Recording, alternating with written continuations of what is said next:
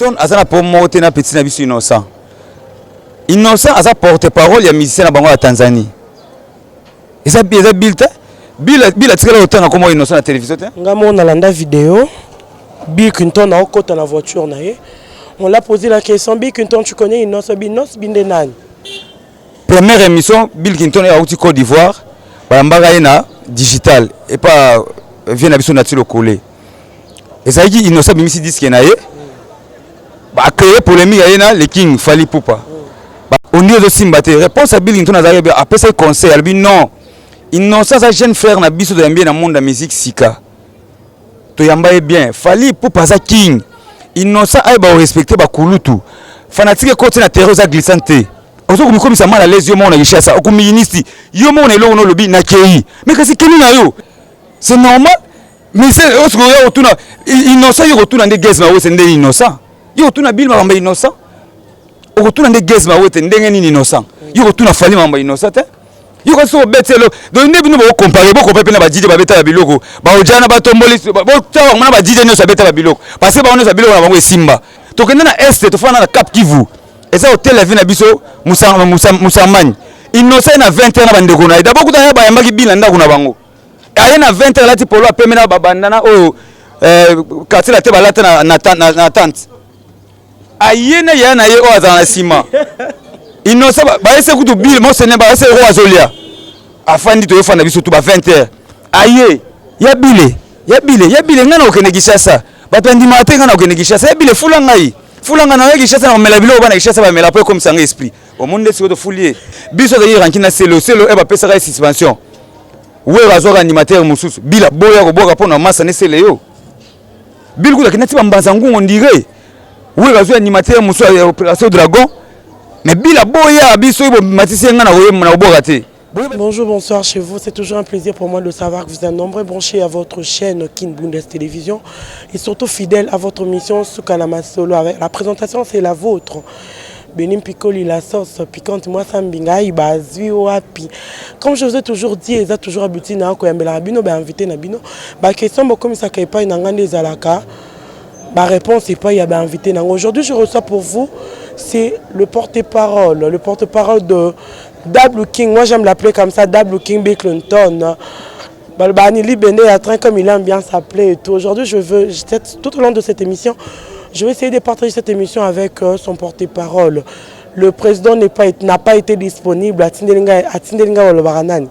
Comme on dit toujours, c'est avec lui qu'on va essayer de partager cette émission. Je reçois pour vous aujourd'hui Fondé. Fondé, c'est avec lui qu'on va essayer de partager cette émission. Fondé, n'a qui déjà rejoindre Ngai. Dans l'émission, il est invité Ngai à Mokolalelo. Fondé, bonjour, bonsoir. Ouais, bonjour, bonsoir, Mère Béni. Bonjour. Ouais, qui tourne ma casse par la grâce de Dieu. Par la grâce de Dieu, comme je vous ai dit, invité Nanga Lulu, ils ont fondé à la porte-parole. Il y a Bill Clinton, donc Bill a dit Beninga dans la dispo, Penzate, Natindelio, élève Nangande Babenga, Kande Balobara.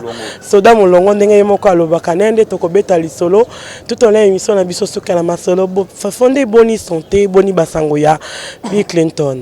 Oui, d'abord, avant de Lubatu, nous avons salué mon seigneur d'Angwe, Bill Clinton. Yukata nsengo kudi bende pine très mon seigneur lisusu parce que mon seigneur est moto la kisaranzela donc na saluer na famille na ye maman bonheur bébé Bilnate Bilian Bilif Bilson na ba samouraï tout quoi na Bilson ouais donc Bilson est le dernier fils donc Bilson piana ndo ya papa chéri. Ok, il y a un talent de papa chéri. Ok, Naimi pour la fondé n'ende trobeta lisolo abik. Moi j'aime l'appeler Double King. Il y a linga penda comme wana makasa ngara benga Double King. Pour y a deux fois roi. Dans mon bon y a King mais y a Double King. Fondé boni basango ya Bill Clinton boni. Ouais, en tout cas basango za pepele ne ozomona ngaboyi tulala na studio. Donc kozonga nga tu yango yo. Tu préparer bon ki bagala nkodia. Tu sais dit ki bagala nkodia mona mobala zu pouvoir. Donc kodia na nga ba Congo. Bakala yakala ndenge ya Kikongo à l'état de Lubawa, Kikongo à l'état Kikongo à Congo. Il y a tout ça qui bakala nkodia quoi. Donc tu as une studio, tout ça la générique et tu commis jusqu'à la fin. De l'autre venir là na studio ti ba tonde de zwanga boy na uté na nire studio. Et makam tout ça normal. De l'obit tu as déjà na sayo. Tu beta bon na sayo na kermesse les béni le visionnaire. Oui ça na Kasavu. Donc ça on vous mangwana. Bah ça m'a mauvais on va là tout un peu sur Bill Clinton. Qu'est-ce qui se passe avec Bill Clinton? Abungi La nouvelle ando balance ton est sauté bil akenda puis bil azala akenda wa yo kana lisusuti. Qu'est-ce qui s'est passé pour provoquer absence ya Bill Clinton na média ou soit na ba nouvelle na Kinshasa? Non, Bill Clinton a bunga raté pe ali mo raté. Bill Clinton aza isika nyoso bat bazali. Parce que Bill Clinton so kenare ya ba transport oyo ba ya ba bela na fois Bill Clinton.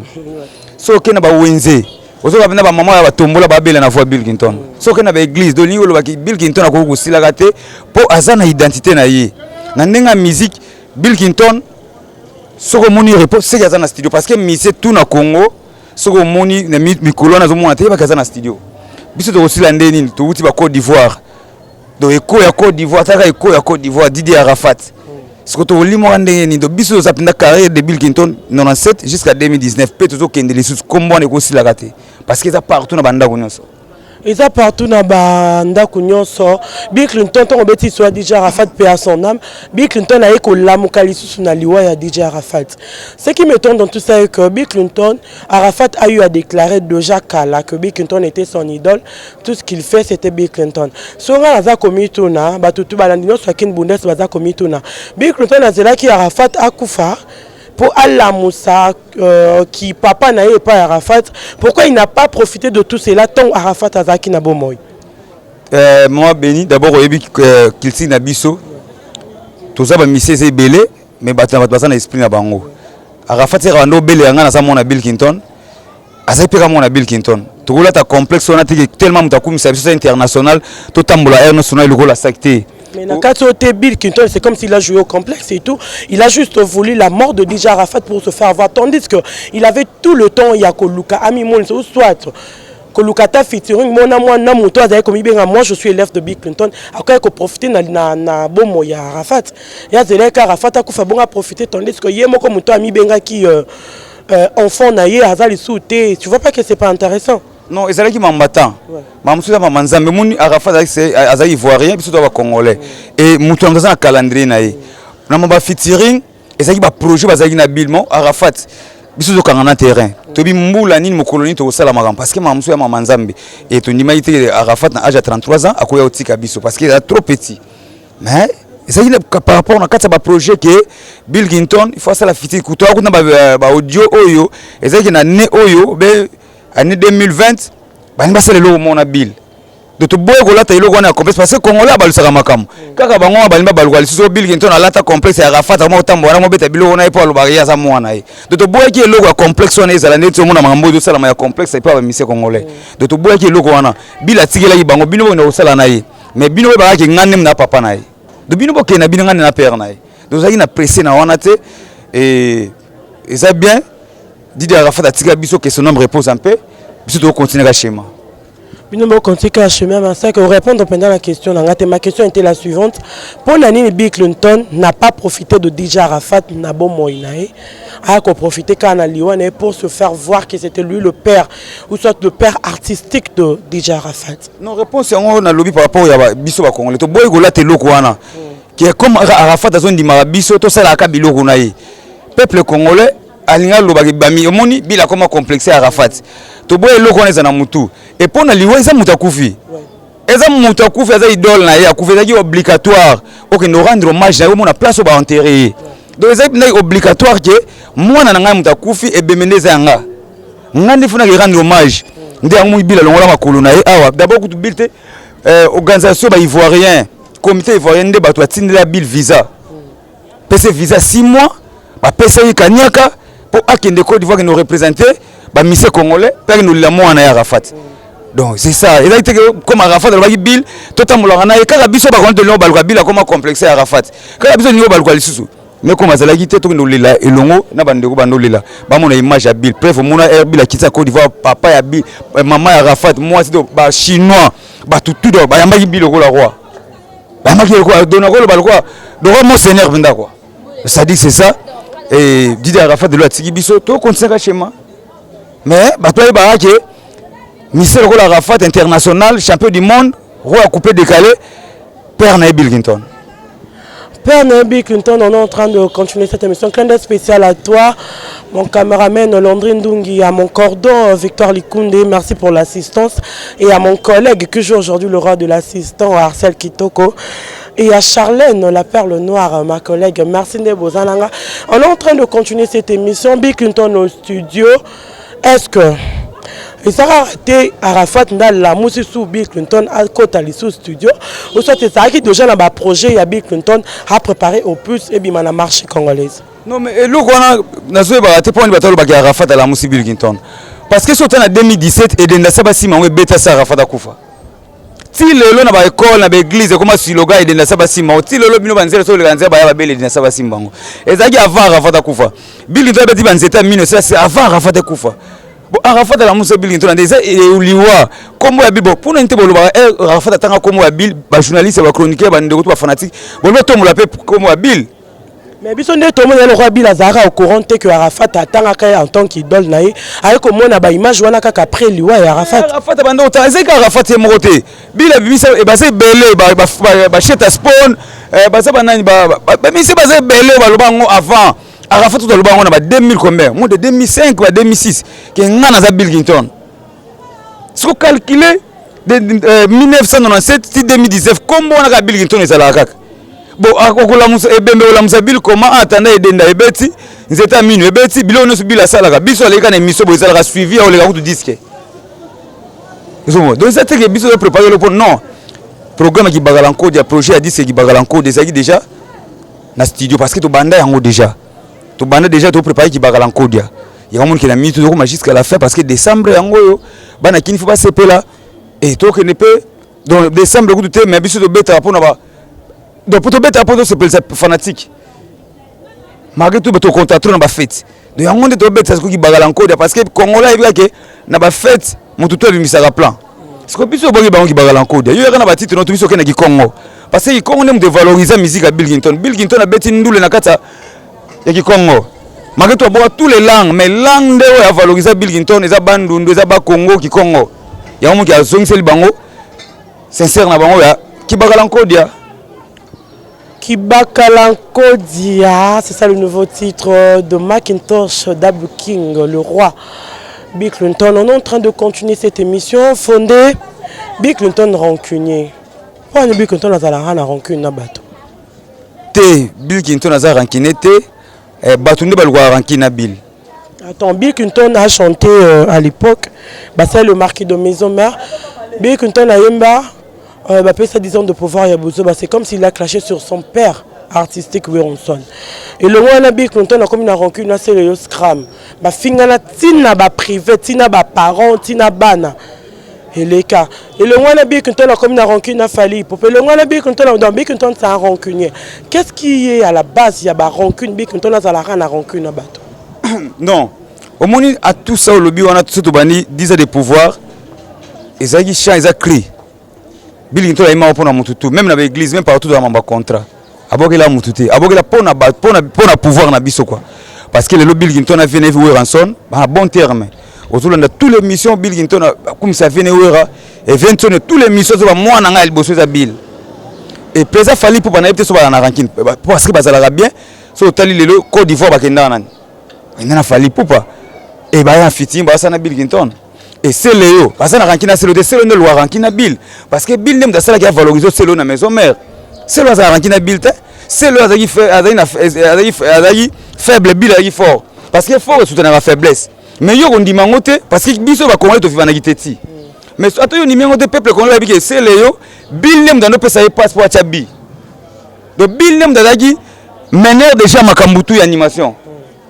Ya onde sala imute malikuna na ende seleo alba biloko wana me bila ina rankina selo te biso za rankina selo e ba pesa suspension we razo animateur mususu bila boya ko boka pona masa ne seleo bil ku lakina tiba mbanza ngungo ndire we razo animateur mususu ya opération dragon me bila boya biso ibo matisi ngana we na boka te boye basi boye baba histoire wana bila selo ndem ta créer ranking par rapport à India za ngana pa ba musicien et ça bil te Bill les ande yondo ko lukela Bill mais so ya lukeli yo eza ma trop Bill so lukeli mais ozu férié de congé moko boyo créer na bando bimali souta ba on doit lukela Bill le problème. Qu'est-ce qui se passe entre Bill Clinton et Innocent Balou mais Innocent Bi? Bill Clinton aza na pomo te na petit na biso innocent. Innocent aza porte-parole ya musicien na bango ya Tanzanie. Eza Bill te. Bill atikala otanga comme innocent na télévision te. Ngamo na landa vidéo. Bill Clinton a okota na voiture na ye. On l'a posé la question, Bill Clinton, tu connais Innocent Bindenan? Ignorer une personne. Tu sais, toi, le problème, moi, congolais. Je ne sais pas ce que l'autre congolais. On ne veut pas accepter l'autre. Tandis que, moi, on a un niveau international. Au comment on a un musicien, ils sont en bon temps. Mais on a qu'une chasse à la race, ce qui m'a appelé. Beauté les rancunes, la rancune, on les étrangers, à ignorer Congolais, ça a Congolais. Qu'est-ce qui se passe réellement? T'es maintenant regretté. Parce que nous savons que dans la vidéo, première émission, Bill Clinton est au Côte d'Ivoire, na digital et pas vient à le collé. Et ça dit, nous savons que disque qu'il y a créé polémique le King Fally Poupa. Au niveau de Simbaté, réponse à Bill Clinton après ce conseil, elle dit non. Innocent, sa jeune frère na biso de bien dans le monde de la musique Sika. To yamba bien, Fally Poupa za King. Innocent a respecté ba kulutu. Fanatique côté na terre za glissante. Conseil Bill après ça bosso. Yami balé Bill eko sala yango. Émission ya confrère na 1980 te. Innocent betelo on a bien ezo binisa partout na Bill ou d'abord il va clinailler. Donc vidéo on a parce que la vidéo tout émission tout en haut. Bill a tiré là ko boy Innocent. Moi je t'informe vidéo on les a posté dans la mama. Bill Clinton a zoba Innocent bête zela papa de la fondé. Innocent bête à Stade de France. Innocent bête à Bercy de Paris, Innocent bête à Olympia. Innocent bête à Zénith. Bill Clinton a dit ça. T'es maman, mais oui. On a ce qu'on m'a dit si tu en sais Magambeya. Et ça qui il y a un peu pour ça mambo oui, c'est normal. C'est normal. Mais c'est innocent, il retourne dans des guests, mais c'est innocent. Il retourne à Bill, mais innocent. Il retourne dans des guests, mais c'est innocent. Il retourne à Fally, mais innocent. Il retourne à Bethel. Donc, nous devons comparer, beaucoup de gens qui ont dit que Biloko. Baojana, Batomboli, Baojana, dit que nous avons Biloko. Parce que nous avons Simba. Bon, je peux masser na Souma Moïla. Beaucoup de gens sont innocents. Beaucoup de gens ont été. Beaucoup de gens ont été glissants. Pour na été. Mais Bill et moi après c'est innocent pour après c'est poité. Bill a lobaki yango ba tunie papa Diamond mise na bangwana. Bill a bibo tangla biso kombo ba misete. Diamond aza musicien, c'est bien. Akebeta stade de France mais à niveau na biso te parce que biso ba mamto sala ba stade de France ba Bercy to beta ba on ba sena na ngote. Ma maman misena ba sana ba somo na biso. Bill a lobelaki innocent na bi porte parole comme avocat de Diamond. Il faut mettre sur la Bill Clinton n'est pas Diamond. Bill Clinton a banni musique dans 97. Diamond a soké na tchétché a aucun balé na ba atem nze mon mo yebité. Biso ne topesa bango valé parce que to tanga ba komo na bango. Bango moko ba misé na basana ba somo na biso. Fally Poupa ko longwa awa. Bill Clinton ko longwa awa. We ko longwa ko kena mboka na bango ba beta na ba stade. Bango ba ko ya awa na Congo ba beta na stade. Est-ce que yebi yango? Nayebi. Siko yo nimisa Bill Clinton Diamond. Mais c'est moi qui ai identité biso de fouler pour internet. Ba Bill Clinton ba zo ba fula ma sa internet. Ça Trace TV. Fulu ba bilo wana. Est-ce que ba ils n'ont pas mis le check Bill. Oh, ils n'ont pas mis de photo merci Vodacom. Surtout sur photo et na crédit. Et c'est là comme musicien. Biso de na est. Na bete bino boye ba te. To kena na est to fana na Cap Kivu. Et ça hôtel la vie na biso Musamani. Ils n'ont pas na 20 ans na bandeko na. D'abord kuta ba yambaki Bill nda kuna bango. Aye na 20 ans lati polo apemena babandana o quartier la te balata na tante aye na ya na ye o azana sima innocent ba ese kutu Bill mo sene ba ese roi zolia afandi to yofanda biso tu ba 20 heures aye ya bile ngana okene Kishasa bato ndima te ngana okene Kishasa ya bile fulanga na Kishasa na mela bilo bana Kishasa ba mela po comme sang esprit au monde c'est de foulier al meli bilo Kishasa et comme c'est esprit ba la kisa ninga la ta ketch ba kisa ninga ta la languette a bosani batu a bosam de la kisa nzela e ba se Bill Clinton aza monseigneur boya o mesurete asana po habileté rapide po habileté po ma mobile ça ata bet yango na esibino po tuna ba innocent ndenge nini masa na biso odiana nana Nego Di Mario que je sali innocent ndenge gezi mawete Gaz ma route peut-être parce que Gaz a l'équipe parce que Gaz ma route déjà bêta babiloko na avant bando bêta na babar na yebita so na kosi Gaz ma route bêta babiloko na ye déjà a on a gishasa bina ngo et nzambe pe yo sunga ye ayeko so na Vodacom Innocent dit merci Vodacom. Le long nalandi onga papa na biso aki na mbongo nalanda Vodacom natanga ba D6. Yo kanti Fafa Ledia, moi Adonis Mayalos, bako kata na classe na bango bana ba PDG wana, ba yeka na Vodacom ba zo $10,000. Moi na mutambo yana na 100,000. 100,000. À 100,000 mboka nini? $100,000. 100,000 mboka nini? Biso mona chèque ba simbi libaya wana munene ba yana ngobo. Yo mona ngote. Yo mona ngote. Pour mesurer te. Donc yeba ki oyaki oyashena biso ya mana musique ko se mesurer te. Yango na website na ndeloko na lobaki yango. Bila za te yo beta libaku na zelte. Bila za libende. Bila za so beta libaku na béton linzaka yo kata na yo.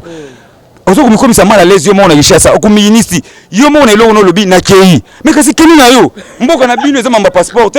Mboka na bino ezama ka carte électeur. Okeka na agence sombi billet. Ozongi na yo. Lelo seki ba peuple congolais ba telemaka na coin ba selo to ba senga. Mais yo mo pe yo senga. Yo dira est-ce qu'on peut se boiter? Yo fa na mboka na banki kisela. Obi kisela za nzela ni boke ni Rwanda. Oh. Naza ba photo na makamtu ba preuve so kena ba S na ba 2013. Donc aga bo se mesurer te.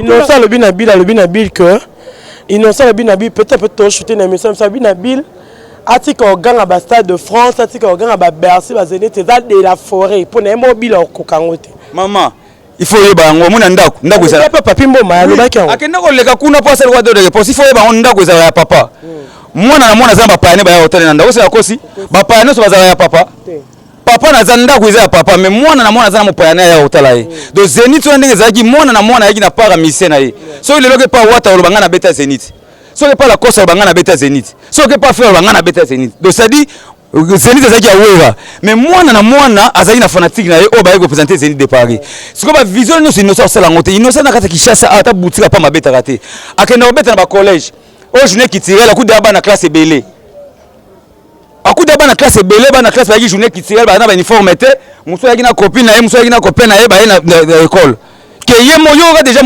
mais biso ba succès au terrain j'ai na lemba to beta marché de liberté. Mais Innocent beta na showbiz c'est le lo. Concert invitation. Caméra na bino yango yo boke nango showbiz.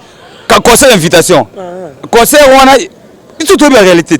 Na Congo to ba mission ba beta ya mbongo so ate $100 200 de bike muta. Innocent ta showbiz. Kendo mona ba invitation. Bino ba ta preuve à l'appui. Caméra yango kenango na mon ingénieur Jires Kisala. Petit frère propre. Innocent aza mutu ya showbiz. Ka showbiz wana pikaka. Invitation. Invitation fondée petit à petit to shooter na émission na biso mot de la fin na yo programme ya groupe na ba dédicace donc qu'est-ce que tu peux dire na balandi ba Orlando na Kin Bundes télévision non mot de la fin na ngeza pona ba fanatique ya Billington boza na bino kimia ki bagala encore des oya moi ba petit ba ganga na ba 2017 ki bote yaka et quoi ça makam siko ki bagala encore dia donc ça dit boza la kimia Billington aza bino to lamba biloko pepele et d'ici fin du mois déjà bozo yango boza la kimia Billington le 23 azolongwa azokende Paris et a la 2 semaines ba kina maman bonheur place mon ministère responsable azokende parrainer mariage na Paris ba biloko ne sa matin na Congo po ba ministère Congo ba na bango te ba ya ofanda siko ministère mo la responsable alinga ku to potote donc alinga ku to potote mazala ko la moi donc aso ba bimi boye ezama wa na ba station ba carburant ku de tonda na ba ko na kare sopani po abimaka te mise mo aboya poto te nga na moni mbuma mo ebina ke na poto te Billington na Kinshasa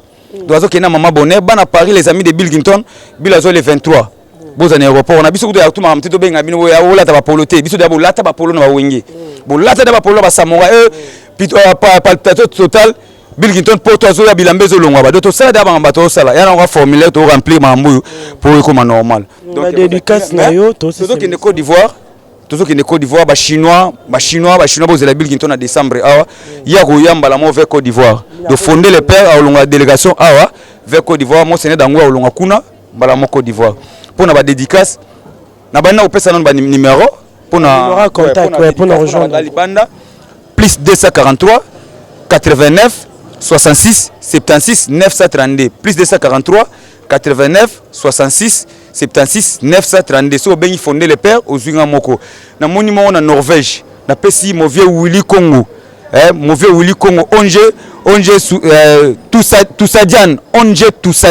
Toussadian na Norvège et na pesi mbote pa mère double maman Tania Amisi Massamba motema ya père Massamba na Belgique na pesi mbote belé mon ami Fabrice Mangala joyeux anniversaire à toi papa na Ephraim motema Olga Kafuti joyeux anniversaire na kati ya Paris et ya Georges Mudiangombe mwana tongo ya Georges Mudiangombe na peso ya mbote na Paris Pablo Mukuna ngombe ya cuivre na kati ya Montréal ngana bwa ka Talibanda pour na yebike site na biso kin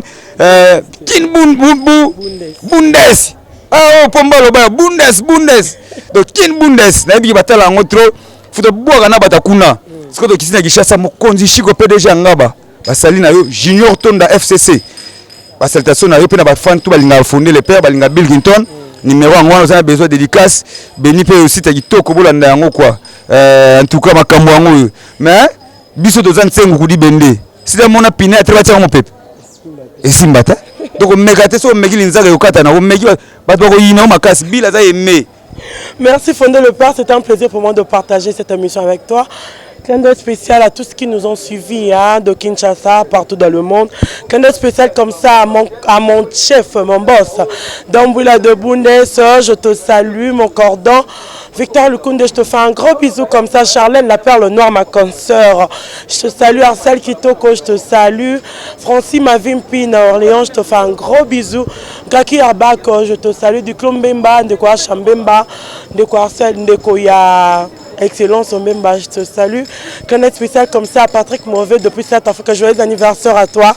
Patrick Mauvais, hein, dans ce tonnion sur Malamou. Qu'un être spécial à Général, au sous-sol. Depuis quelque part, je te fais un gros bisou comme ça, bah fan d'Angagnon soir. Bah tout sur le Benin Pico, je vous fais un gros bisou. Graki Herbak, 4 nationalités, je te salue. Qu'un de spécial à My Queen, j'aime l'appeler comme ça.